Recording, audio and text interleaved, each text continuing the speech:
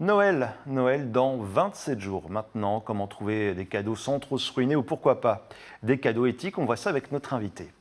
Bonsoir Joëlle Constanza. Bonsoir. Vous êtes responsable de la communication à l'UFC Que Choisir d'Indre-et-Loire. Alors on va parler de Noël évidemment, mais d'abord c'est le dernier jour du Black Friday qu'on appelle Cyber Monday avec des ristournes sur les équipements high-tech et multimédia. Alors ça vaut vraiment le coup ou pas, le Black Friday?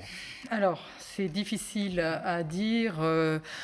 Les études montrent que quand même, tout produit confondu, l'intérêt n'est pas aussi important que ça. On est autour de 4-5% de baisse. Oui, bien sûr, sur tous les produits confondus, bien sûr. Oui. Alors, je ne vais pas vous dire que ça ne vaut pas le coup. Il y a peut-être des très bonnes affaires à faire. Mais enfin, il faut toujours se méfier. Est-ce que c'est vraiment... est-ce que c'est parce que c'est une promotion qu'il va falloir que je l'achète? Est-ce que j'en ai vraiment besoin, déjà? Et multiplier peut-être les recherches, notamment chez les concurrents. Tout à fait, tout à fait. Et puis il faut faire attention, d'abord repérer, est-ce que c'est vraiment une bonne affaire? Est-ce que le prix barré correspond bien à ce qui est marqué normalement? Je vous rappelle qu'il y a la directive Omnibus, ce qui est une directive européenne, qui est maintenant aussi appliquée en France et qui dit que le prix barré doit être le prix le plus bas fait dans les 30 jours, proposé dans les 30 jours avant la promotion. Donc il faut avoir une certaine mémoire des prix du produit qu'on convoite. Il faut faire très attention parce que bien sûr il y a des enseignes sur Internet qui ne jouent pas le jeu. Ouais. Alors, pas de pénurie de jouets cette année, c'est une espèce d'arlésienne, mais leur prix augmente en ce moment, forcément, c'est l'inflation, 6%. Oui. Comment dégoter des jouets à moindre prix? Est-ce qu'il y a des périodes plus propices pour les achats? Alors, normalement, si vous avez la chance d'avoir la lettre du Père Noël très tôt, octobre, novembre, c'est bien de faire des achats à ce moment-là. D'abord parce que ça étale les frais sur plusieurs semaines. Aujourd'hui, c'est trop tard ou disons qu'on va se prendre les augmentations? Là, ça commence déjà. Il y a des petites augmentations. Quand même. À chaque fois, on le remarque, il y a des petites augmentations jusqu'à Noël. De quel ordre? Quelques euros, mais ça augmente quand même toujours. Ce qui est normal, on est dans l'offre et la demande. Donc pour l'an prochain, un message au Père Noël, s'y prendre bientôt.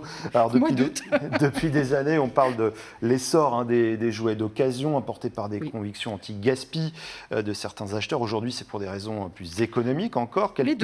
Les deux. Ouais. Quelle place justement pour ces jouets d'occasion? Est-ce qu'il y a un vrai marché aujourd'hui? Alors oui, il y a un vrai marché. Qui plus est, jusqu'à présent, offrir des cadeaux de seconde main, ça faisait un petit peu radin, un peu cheap. Maintenant, ça rentre un peu plus dans les mœurs.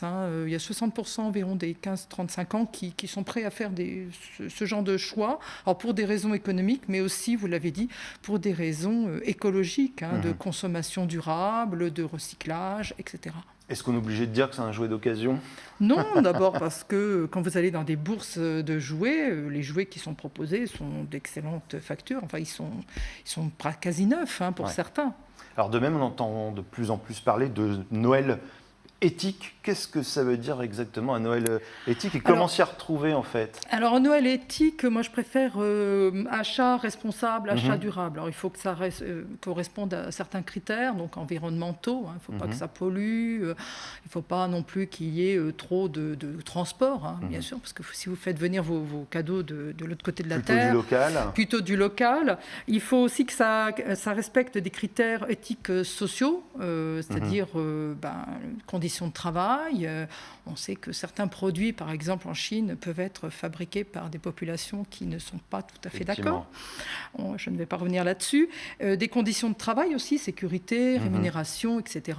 Donc on en trouve à la fois sur Internet, puis aussi au niveau local. Oui, voilà, et on a la chance en plus maintenant d'avoir des enseignes de jouets qui relocalisent en France parce que, bien sûr, avec le coût du trajet qui a explosé, des transports qui ont explosé, ça revient moins cher maintenant de faire des jouets. En un mot, très très vite, est-ce qu'il faut craindre? Cette fois, c'est pour le repas du réveillon.